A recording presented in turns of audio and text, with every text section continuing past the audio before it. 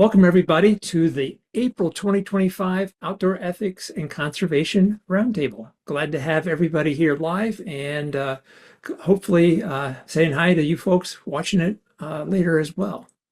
So we're going to start today, after our opening, we'll have our safety moment. And today's topic is who we are and what we do, all about the program ops team of the National Outdoor Ethics and Conservation Subcommittee. And so we'll tell you all about ourselves and what we can do to help you here. Then we'll go into our announcements and have our closing. So that's a pretty simple agenda for tonight. But I'd like to start, as all Scout events should, with a Pledge of Allegiance. Scout salute.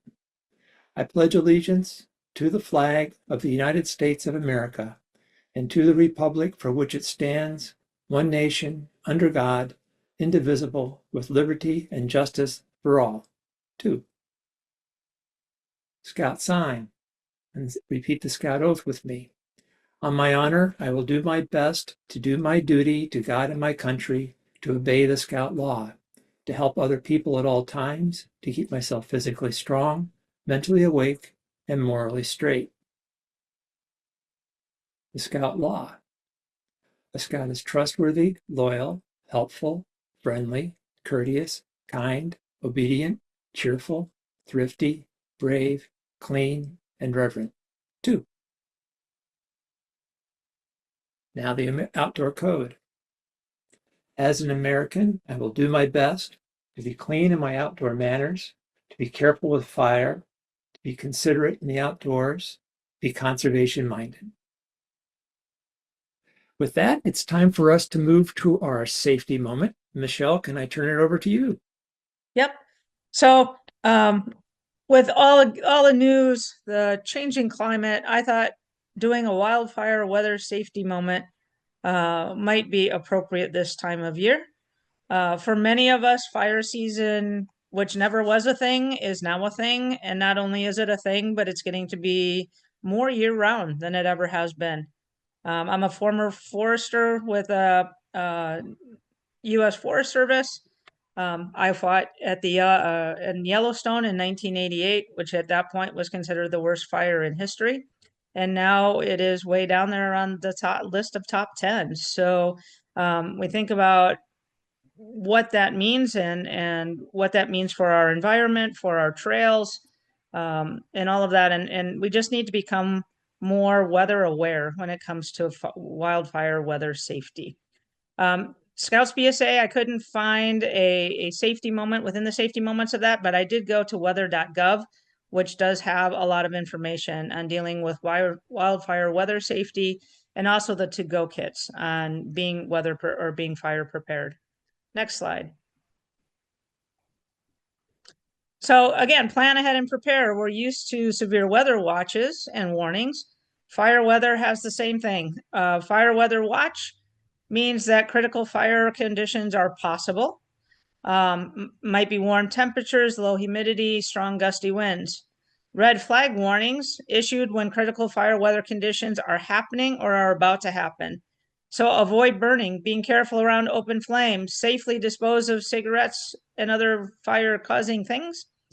Fires can spark and grow very quickly. So again, be prepared to take action. We were talking about it earlier, South Dakota just issued a red flag warning for the rest of today. So, we have to be taking these things seriously as we go forward. Next. So what are some resources that we can use that can help us as scouts be prepared and help our scouts be prepared and be thinking about this as they're planning their campouts? The National Interagency Fire Center will actually coordinate. So that's where all of the different organizations come together and they have national maps. So if I'm living in South Dakota on the east side and I want to go hiking on the west side, I can take a look and see if there are any active fires or fire dangers, again, whether it's a watch or a red flag warning available. And then I can make those adjustments to my camping plan as needed. The National Weather Service, weather.gov/fire, will also help you. Just like we have hurricane watches and warnings and tornado watches and warnings, we now have the wildfire watches and red flag warnings. I also like the weather.gov safety wildfire outreach program. If we are working with scouts on preparing for a camp out, this is they have some great resources to help scouts start thinking about what do they need to do and what do they need to be aware of. What is the emergency plan? We could all go out and there not be a fire and somebody does something and suddenly there is. How are we going to react to that? So again, practicing, knowing what the evacuation plan is, knowing the safest route out of our national parks, national forest, state parks, state forest, or even our camps can be critical in keeping everybody safe in a fire danger time. Follow your wildland fire action plan.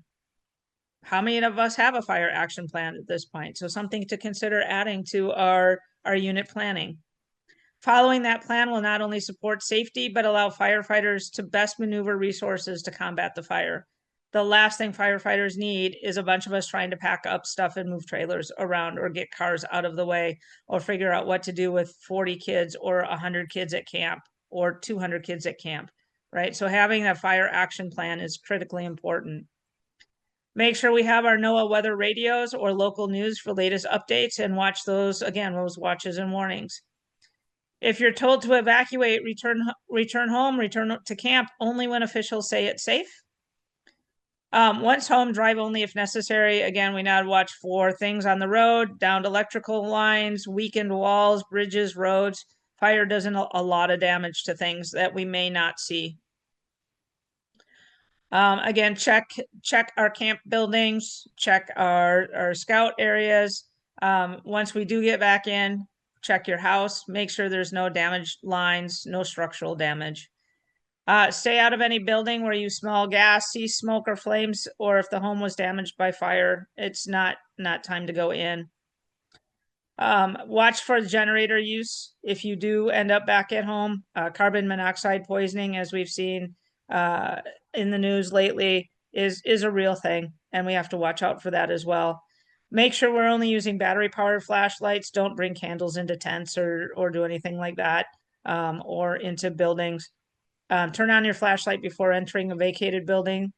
Batteries can produce sparks that could ignite a gas leak if we needed to. I also found the spread of wildfire kind of interesting if you're thinking about it, how the winds, remember that fires can create their own weather.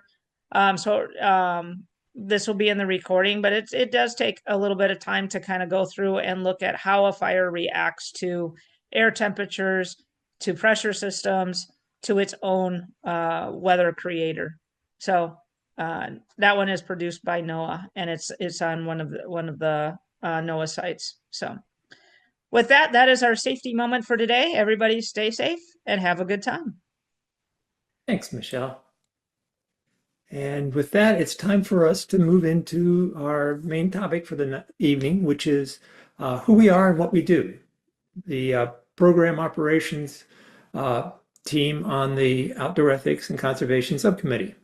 So Marshall Berger, who heads up our group, was unable to join us live tonight. That pesky day job thing, he had to work tonight. So this morning he and I got together and he recorded his presentation. So we'll go through and listen to that. And then after we finish listening to that, we've got some other members on the team here and we'll open it up for question and answer and we'll have some discussion. And if some of the other team members have some stuff to add, that will be their chance to do it. So with that, here's what Marshall had to offer. Okay, good evening, everyone. My name is Marshall Berger. I am the Vice Chair for Program Operations. My apologies to all of you for not being with you here live tonight, but work calls. So Paul and I got together earlier today and we put this together. Now, if you're looking at this slide, you might think you're out at Camp Tracy for the national conference, but obviously we're going to utilize the slides that we put together for the conference as I went through program operations there. Paul, if we go to the next slide, this is the program operations team. We have division managers, We have roundtable group, we have the national conference group, we have our general program manager, we have our communications group, and the national exhibit guru. So I'm going to go through all of these people and what they do for program ops. And I think we'll start with the next slide and talk about our charge. And our charge, frankly, is to help deliver the best outdoor ethics and conservation program to our units that we can, to our councils. So we support our council outdoor ethics advocates, what we commonly call our COEAs, our conservation committees, and the general scouting public. We do maintain communications, and for those of you who have been with us for some time, you know that we have moved most of what was on our website over to the generalscouting.org website. We do host these roundtables. We run the level 2 programs, the level 2 training programs around the country, and we do prepare and put on exhibits throughout the country. Next slide. So when we did this back in the fall, there were 247 councils. For those of you who are up on this will probably tell me that doesn't exist anymore. I think you're right. Excuse me, I think we've lost a few to mergers. But we've divided into our 14 CSTs, our council service territories, and then we support those folks with our coordinators, with our team leads, and we'll talk about that in the next slide. So over in the West, we have Paula Booth, who is running that half of the country. Excuse me, folks. For the middle part of the country in the South, Michelle Bierstead and Ted Weiland work with all of those councils and those CSTs, and I have the East. We have team leads who work with the CSTs. So it's not like I work with all of the 5 CSTs up in the East, but rather we have individual team leads, and those team leads work with the particular council COEAs. So for each of those CSTs that you are in, there will be a team lead to help work with the councils. Okay, let's go back then, or forward. We do roundtables, and I think when I put this together back in the fall, we had done 35 roundtables. I think we've done 3 more, so we should be up to about 38, maybe 39. Paul will correct me if I'm wrong, but he and Paula Booth and Matt Durant have been putting these together for some time now, and we will all agree that these are probably the best roundtables that are put on by Scouting America. They're wonderfully successful. At any given time, we have approximately 100 ranges, I guess, from 75 up to 150 maybe, people who are attending our roundtables. So thank you to Paul and Paula and Matt. Okay. What else do we do? Once upon a time, we had a fledgling website, outdoorethics-bsa.org, which was put together by our friend Mark Hammer. It was so successful that Scouting America has taken that on, and we've rolled it into the scouting.org website. If any of you have not played around in the site, it still exists. There is so much information on there. The resources for all of us who train. We have links to past presentations. We have links to our past conferences. We have links to the roundtables. We have more information than you could possibly ever imagine. And it's helpful for us as we have wonderful lists of those of us who are in the outdoor ethics and conservation community. So it's really terrific. And that was all the brainchild of our good friend Mark Hammer. Okay, next slide. And for those of you who like social media, Dave Wilson is in charge of our social media portion. At one point, we had about 1,000 members on the Facebook site. I think it's more now. But you can check it at any time as numbers of people have been posting. In fact, as I'm giving this presentation, I just saw a link to a post that just came on by our good friend Sarah Holtz. Okay, so we do have our social media site with David. Next. And yes, we do exhibits, and we have a traveling roadshow. So at the national conference, we had a number of exhibits that were put together by Pastor Scott Johnston. And next slide. We do exhibits. So this shows you something that we had at the National Jamboree. It was the beginning of our Impact Trail. And as you can look at some of those exhibits, think of this trail that goes and winds its way through the woods. We have a pop-up tent where we can have additional exhibits in the tent, but I'm not sure exactly how many banners we have. These are all about 4x6, but quite a few. So this was starting with a question, scouting impacts a problem. And then we wind through and we go through leave no trace and tread lightly, and a few other aspects. Okay, next. So on a local exhibit, this is something that was put on for the Mass Jam conference, I guess a year ago. And what we did was we contacted Pastor Scott. We asked him for some specific banners, and we utilized maybe 5 banners, 6 banners, and we put up this little teeny mini exhibit for us. And let's go to the next one. And this shows the start of our little impact trail that we did at the National Order of the Arrow Conference, I think the one 2 years ago. I think that's Leave No Trace over in the corner. And yes, that's what this is from 2 years ago. But you can see, as you look through there, numbers of those banners.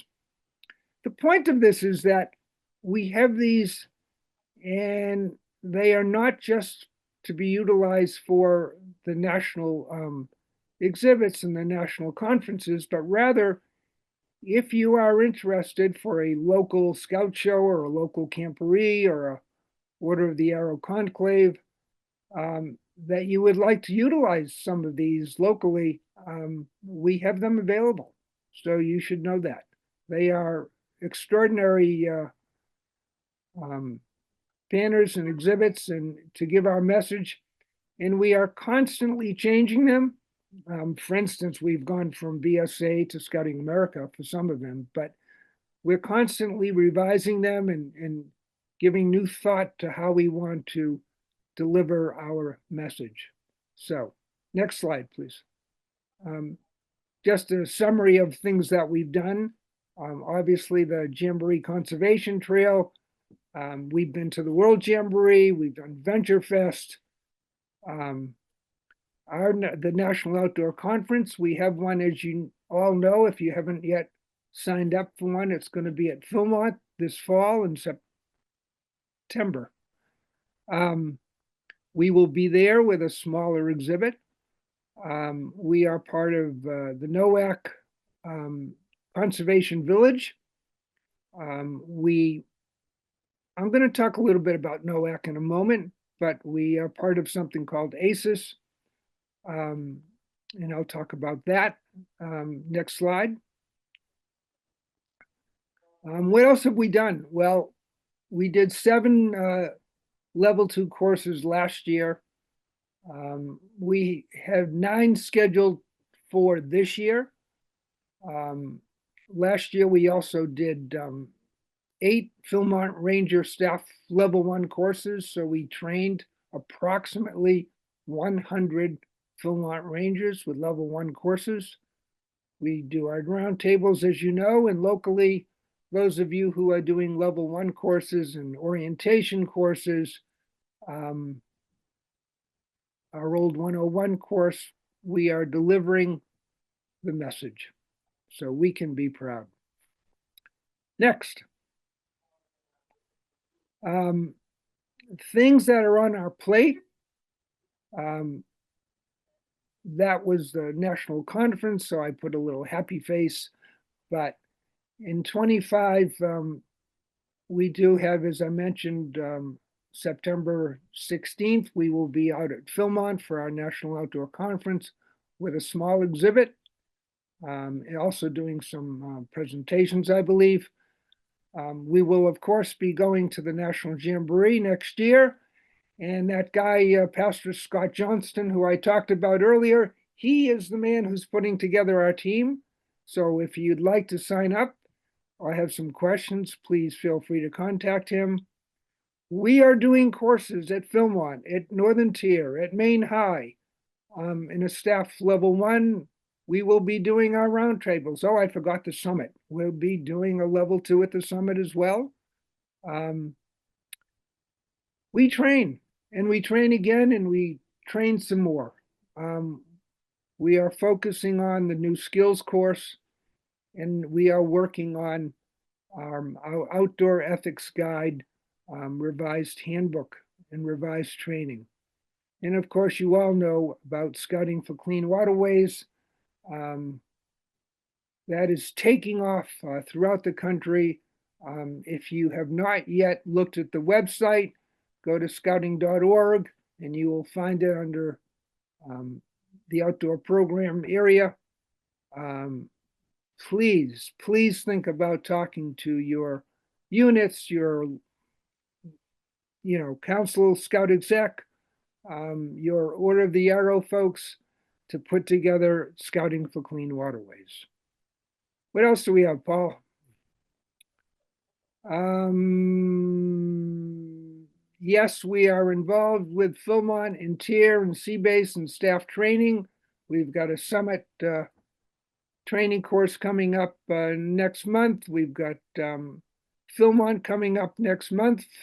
Tier is in the summer. I said I would talk about ACES a little bit more. ACES is the Arrowman Conservation and Education School. It is generally a product of the National Order of the Arrow Conference, NOAC.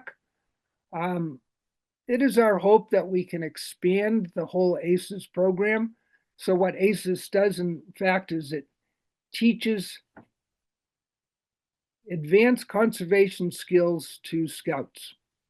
At our last NOAC, we had well over 300 scouts, arrowmen take the course. They have different levels that they can attain, sort of like what we do with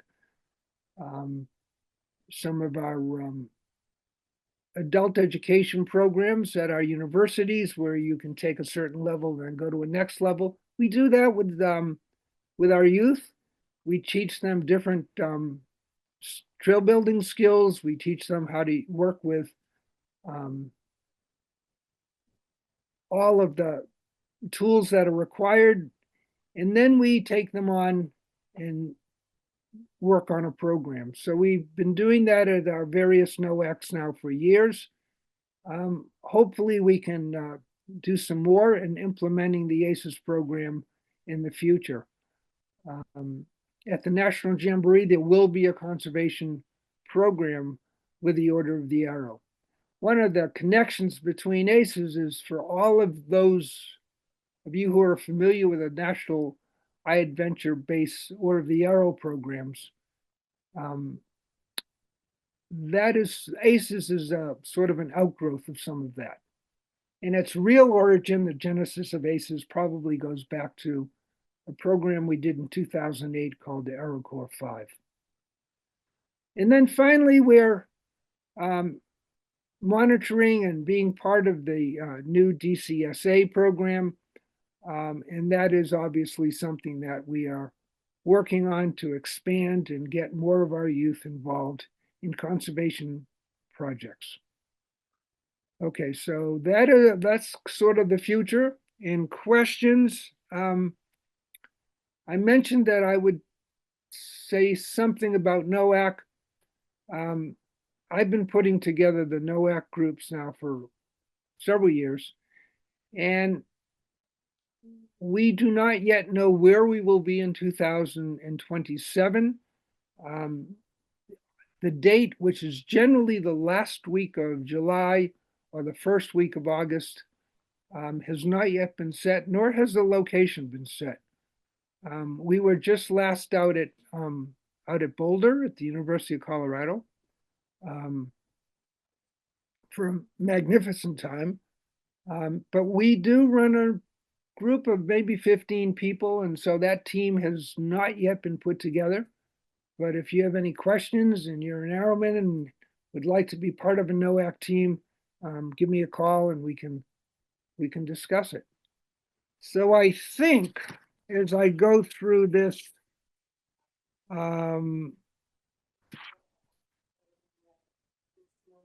yeah, I think that's about all I wanted to talk to you about tonight.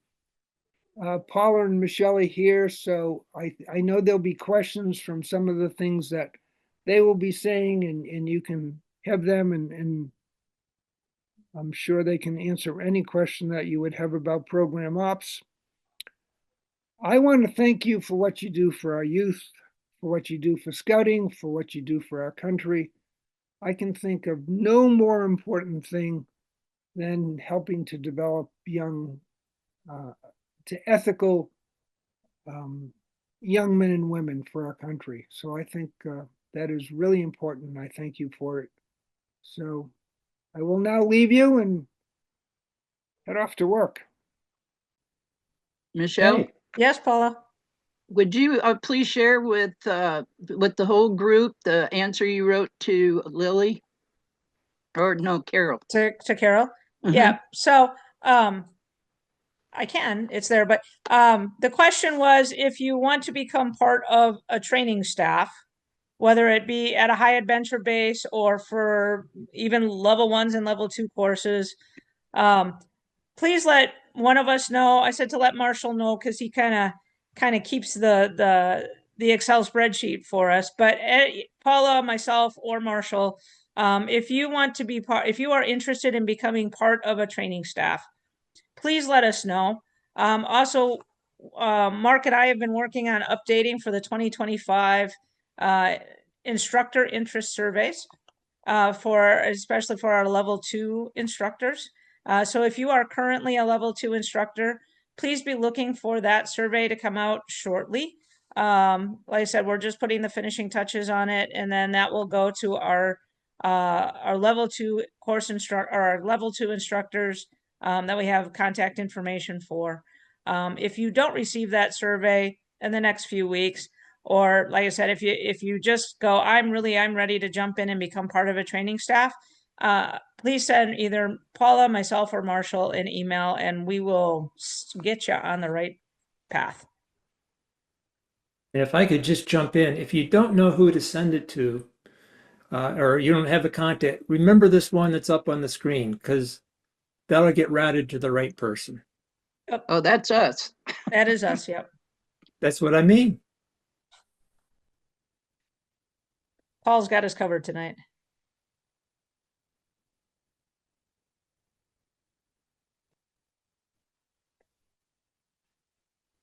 Okay, anything else you wanted to add, Paula or Michelle? There's another question. It says Marshall did not name or discuss the CST outdoor ethics advocates. Do they matter? If so, how do they fit in? We have a new one, but got used to skipping that person because the previous one was non-responsive. Yeah, so when you go on to the website, you'll find the COEAs listed, and then you'll find your CST manager, and then you'll find your division manager also listed. And so if you find that somebody's not responsive, then by all means go up a level and one of us will try to get back to you as quickly as possible. But the CST, so if you think about it, so Paula handles the West, and and sometimes Ted, when he's available, we handles the Midwest and South, and Marshall handles the East, but we could not possibly really work with that many councils. So we have the CST out managers, which handles a smaller area. And Mike Anderson, I'll pick on you since you're on. Mike is one of our CST managers, and he kind of handles the Illinois, Indiana region. Gary Groven is also on. I'll pick on him as well. He handles that upper section, so South Dakota, North Dakota, Montana, Minnesota, parts of Wisconsin. That's sort of his CST. So they're going to be the next level up after your COEA, which handles your council level issues or programming, or sends out information, helps get volunteers within your council. So that CST manager is really important because they can coordinate within the different councils to help you out. And then Paula and Marshall and I kind of come in on top of that and try to disseminate the information that happens at the national level, down, or if there are larger issues that need to be dealt with, we can answer some of those questions or find the right person to answer those questions. So yes, there are lots of people behind the scenes working to help get the information, trainings, and all that information out. Paula, did I miss anything? Well, I just wanted to say that the team leads are the ones that are in the assigned to the CSTs, and the division managers are above that. And so the important thing to remember, yes, you advocates are the most important people in that whole chain of information, because you are the ones that are directly training the scouts, training the leaders, training and being heard. And if you're not heard, that's where you go to program ops, and we'll make it happen the best we can. We are a group of people that are resources. We're subject matter experts to help you with your affairs and things that that you need help with, but your councils are actually the ones in the driver's seat.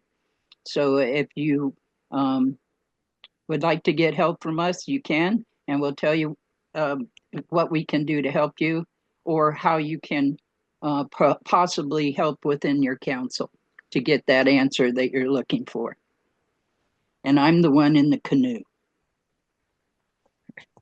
And thank you, Dave. Dave put the link to get you right to those outdoor ethics contacts. Question that we missed, Paul, that I want to hit before we stop. It's from Lee. What communication should conservation chairs be receiving from the committee? If you have a specific conservation question or concern, we have a resident expert on that one as well. Mike Hunnicky is our conservation committee chair. And he could help you with specific questions about that.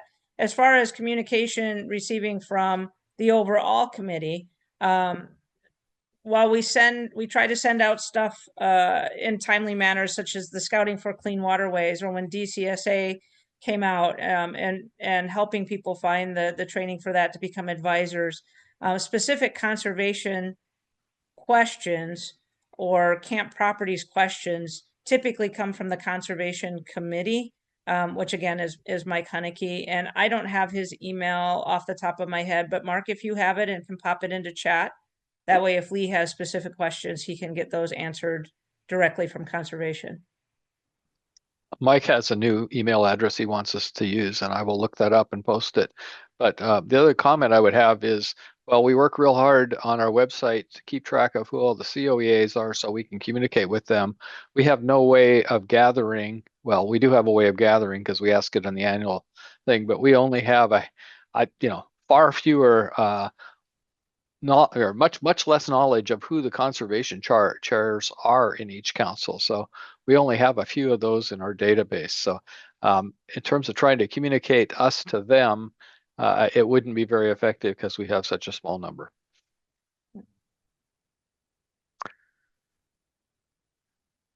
Don't wait for us to call you, call us. Yep. I guess. That's a good way to put it, Mark. Thanks.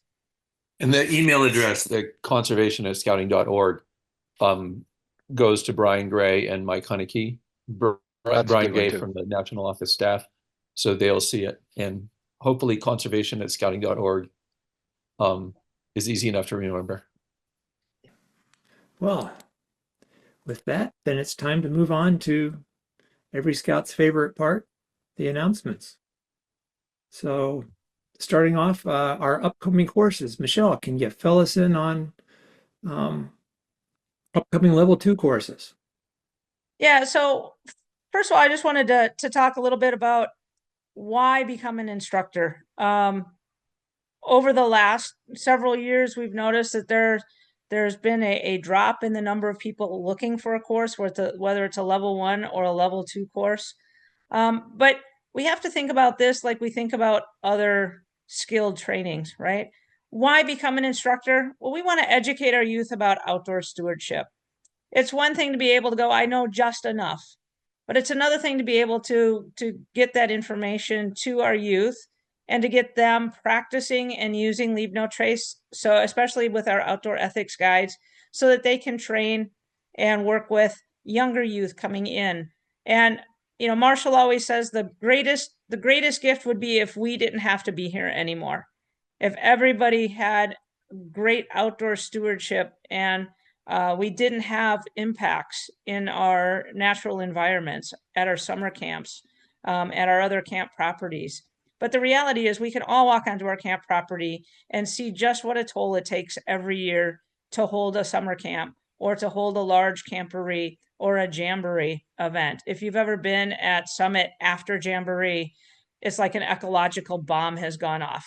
So why become an instructor? Because we want to give our kids the proper tools and education to be environmental stewards. It's the best way to get them interested in nature and conservation while getting them to spend time in the outdoors.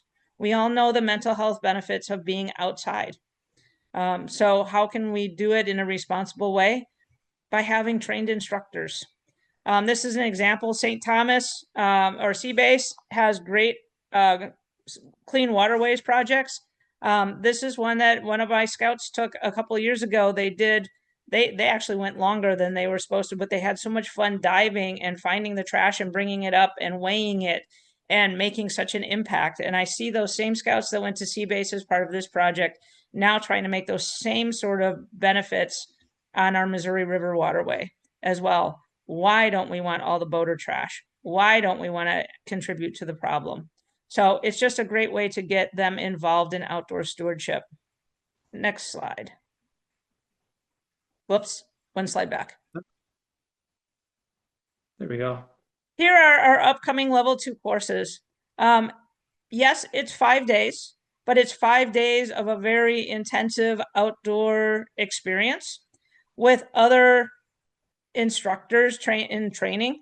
It's a great time. We just all have fun together. May 10th to 15th will be at Summit Bechtel Reserve. And again, these are on the website. I think Paul already clicked a link to it. All the information and registration information off this table is linked right into it. So you can find the level 2 course that fits you the best, fits into your schedule the best, and fits your field experience the best. So example, Summit Bechtel is a non-trek experience. So nobody's going to put a 20-pound pack on you and have you walk 10 or 15 miles down the trail. You're going to be able to be right in the training center and take some little day experiences. So, you know, there's a lot of adventure that goes with that. August 3rd through 9th is Northern Tier. If going canoeing is something that you really want to do, it's a canoeing trek. So you'll be on the waterways and learning about becoming an instructor and getting some canoe time in. Cascade Pacific up in Oregon, August 10th to 15th, currently is set for a non-trek. If we had enough interest, we can add a trek to that. We have enough open slots. And with permitting and stuff, we're able to run both a non-trek, which will be the first one filled, or a trek. August 25th to 29th, Greater Yosemite. Again, trek and non-trek available. September 12th to 17th at Philmont will be a backpacking trek. So if you wanted to be an adult leader and get that backpack out, start training now, and get ready to go backpacking. And then October 19th to 24th will be at Summit Bechtel. So whether you've never taken a course before and are ready to jump in and become an instructor, or you've been a level 1 for a long time and ready to become a level 2, we need you to tell us, what do you need? What do you need in your area? Okay. Again, level 1 courses can be taken in your local area. They're still 16-hour courses. The skills course is very similar for our youth. That is also a 16-hour course. If you're having trouble finding those, reach out to us. We'll try to help coordinate. Where's the closest one to you? What can we do to help you and your council get one of those scheduled? So that's part of what we do in program ops, and we're happy to help with that. Paul, next slide. We understand the cost involved it can be overwhelming. Know that there are scholarships available for scouters that need financial assistance in order to attend a level 2 course through Scouting America. See our Dan Howe Scholarship webpage for more information. Again, this was established to honor the memory of our passionate and lifelong leader, Dan Howell. And we thank his family and Leave No Trace for creating this wonderful way for us to honor Dan's legacy. The scholarships are available. I think Dave O'Leary is on. Dave, do you want to say anything about the scholarships? Sure. Just very quickly, yeah, we have funds available, and happy to take an application as was noted. The link is there in the chat, so it's pretty straightforward. Basically, you just let us know what course you're interested in taking and some background about your why you're interested. We don't ask for any financial information or anything like that. But yeah, happy to answer any questions, and hope you can share this with folks. I think there are college students or camp staff members who are kind of the 19, 20 somethings who may be short on funds, but would be a great person to participate in a level 2 course. So share that. Please share this information with others. Thanks. Dan, Dave, there's in the chat, there's a talk about level 2 instructor courses, and some people want to know if there's a way to help.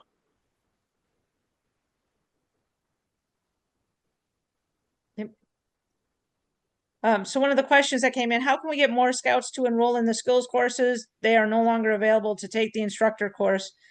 One of the things is communication, right? If you are offering or have in the past offered a level 1 course, the level 2 course, the content information is the same. The big difference is the needing to do the education piece of it, right? Because in the skills course, they're not certifying instructors. In the level 1 course, they still have that teaching piece, because in the end, when you graduate, you are now a Leave No Trace instructor, able to certify a course, right? Able to certify whether that's a orientation type course or a workshop, or being able to be part of a instructor team that teaches additional level 1 courses. But otherwise, the content, the field experience piece is the same, whether it's a level 1 course or a skills course. So part of that is just the communication, that it is just a different track from Leave No Trace. But what we're doing out there, the skills you're going to get, your ability to then become your unit's outdoor ethics guide, and be able to lead scouts in outdoor ethics and leave no trace skills is still there. And this kids have an interest in it.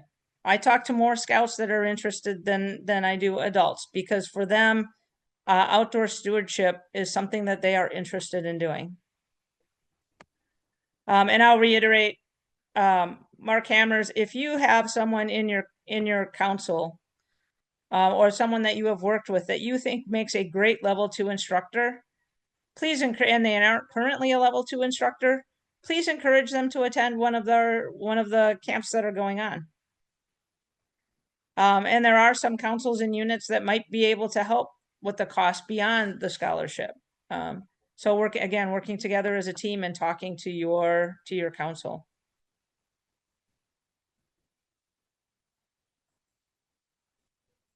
Okay. Heidi and Gary have their hand up. Hi, Heidi. Hi. So this is Heidi Groban from Northern Star Council, and I don't know if everyone is aware, but I approached Leave No Trace about offering a course that is a combined level 1 course and a skills course, explaining that we have units where the parents want to come with their kids, but become level 1 instructors.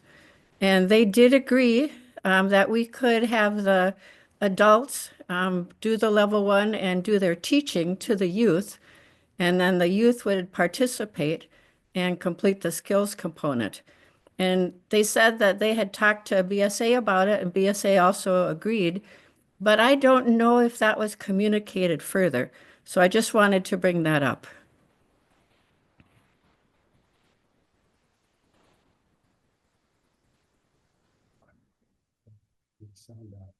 Other people that have, if you can put in chat, if you have successfully run a skills course or have done a combined skills level 1 course where you're able to separate out and have the 18 and older adult leaders complete the level 1 during that, type that into chat. What did you find work? How did you advertise, communicate, promote that course? And how successful were you in doing that and getting youth and adults to come over? I'm going to jump in on this since I sit on the curriculum side. Yep. It has been discussed. Scott, at this time, what we are looking at is it has come out that you cannot teach the skills course and the level 1 instructor course at the same time, combined like court councils have been doing. What you can do now is you can hold them at the same time, but you have to have one set of leadership and instructorship for the skills course, and a totally separate second set of instructorship for the level 1 course.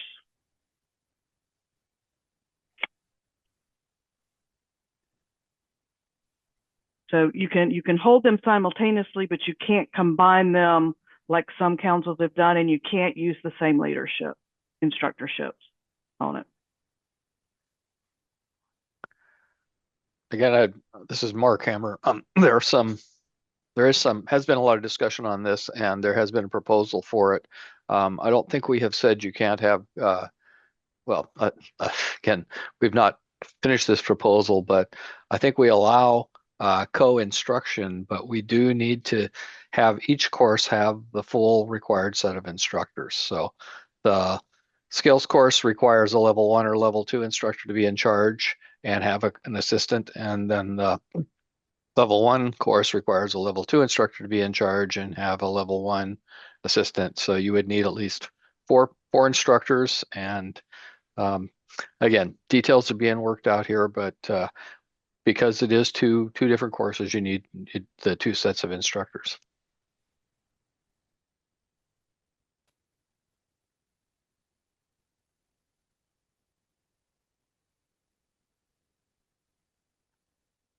Thanks, Mark.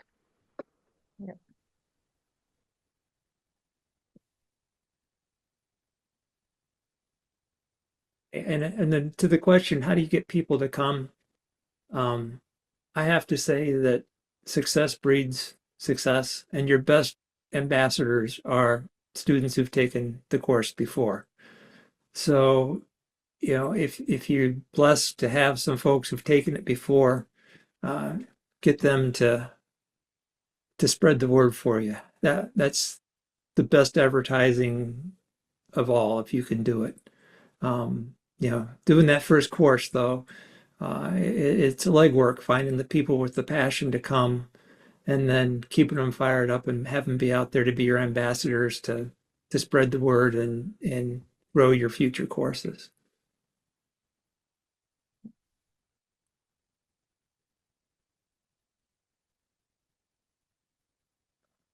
Okay.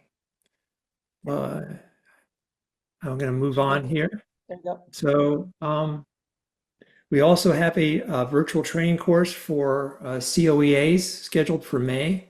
Paula or Michelle, you like to go through that?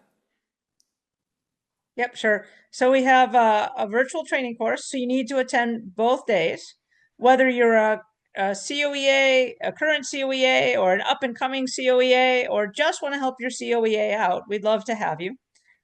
We meet on 2 Sundays. We had a request to do it on a Sunday afternoon. So I put on Central Time. So do the math if you're on either coast or transatlantic or Pacific, Far East. So 1:30 to 6:30 Central Time on both days, May 4th and May 18th. Registration, just send us your name, your BSA ID, your council and unit number to Outdoor Ethics Roundtable Committee at roundtable@scouting-oec.org. You'll get a nice little email back from either myself or Paula or John. And we'll get you registered for that. We currently have 11 people registered, so it's going to be a fun time. We'll have some breakouts to do. We have training to do. And basically, it's going to be all about how we fit this all together in a council. Thank you, Paula, Michelle. There we go. And again, the why to attend. There you go. Because we like to do it. Yep. Yes. Okay. Another thing, as Marshall brought up when he spoke, Scouting for Clean Waterways is underway. This is spring. It's a great time to get outdoor and get people active and involved and connected to our waterways, and to go to that website and learn more about it. And Marshall also mentioned the National Outdoor Conference this fall. And the link is in the chat, and it's also here on the page. If you're involved in running your council's outdoor program, this is going to be a great opportunity for you to go do some great networking and learn a lot with your peers. Registration opens for that after April 15th, on or after April 15th. Thank you. Okay, and as we've been saying for several months now, outdoorethicsbsa.org, our old website, is now gone. If you go to it now, you're actually going to be redirected to scouting-oec.org. That redirection still works, but at some point that's going to go away. So before it does that, once again, here's a reminder, go through and find all your links that you've saved, that you've put in presentations, that you've got in your notes, whatever that you're sharing, and update them. For the most part, if you just change Outdoor Ethics-BSA to Scouting-OEC, you're going to be there. But I would advise you to check them out before to make sure that that's the case. And if you do find something that's broken, Mark Hammer is going to jump on that, and you can get to him as webmaster@scouting-oec.org. And I've been saying this forever, and people don't, but I know someday somebody's going to start sending me photos. I would love to have some photos of from all over our country, where we all are, that we can use to represent all of us in future roundtable presentations. So if you've got even just one great photo or a couple of great photos, please email them to roundtable@scouting-oec.org. Would love to get those photos. Also, always looking for feedback, because the way we make this valuable is we hear what you need, and we need to have you tell us so that we can hear it. So please let us know what works for you. What if something hasn't worked, let us know that, and let us try and figure out how we can't get that into our program for the future. So we need to hear from you. Please send an email to roundtable@scouting-oec.org, or go to our feedback site, and we listen. We read every single one of them. Thank you. And tonight, to close up, I want to do something, and there's a reason I picked this one tonight, and I'll tell you about that in a little bit. But here's from San County Almanac, called The Green Pasture. The work begins with a broad ribbon of silt brushed thinly on the sand of a receding shore. As this dries slowly in the sun, goldfinches bathe in its pools, and deer, herons, killdeers, raccoons, and turtles cover it with a lacework of tracks. So I have to ask you, does that sound like a conservation book that you just heard? That's very much almost poetry, the way Leopold wrote that. He really incorporated the arts in teaching conservation. And that's something that we can certainly do, and probably don't do enough, because a lot of our youth, arts are a great way to connect with them. We tend to focus a lot on the science side, but the art side is just as important. And it's a great way to reach some of the youth that we, more strongly than we can with the science side. So here's a suggestion for you. And this is one that I learned in a class that I took, a Leopold class. They had us take a pad and pick something that we thought was pretty right nearby and draw it. But we had to draw it without watching the paper. We had to keep our eyes on that thing we thought was pretty. And at first I thought, this is nuts, because basically when I did at the end look down at my paper, what I had was scribbles all over the place. It was unintelligible. But the purpose of it was, if you take the time and think, what is it I want to draw, you're actually building your observational skills, and you're seeing things a lot more closely than perhaps you generally would if you're spending your time looking at the paper and you're kind of doing it from memory and not doing it from what you're really observing. So it's kind of a neat trick, and something I think most people would find fun to do.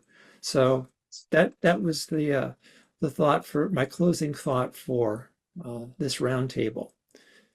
And as always, just to remind you, this recording will be posted within a week or so on the roundtable webpage, and you can find all our past roundtables there as well. And we encourage you to go and check out ones that you may have missed in the past. And finally, next month's topic is going to be American Conservation Movement and the Arts. So now you may have an idea why I chose to do that topic for the moment at the end. Matt Durant from our committee is a fantastic composer and photographer, and he understands the arts, and the arts using them as a connection to nature. And so next month we get to learn a lot from him about that topic.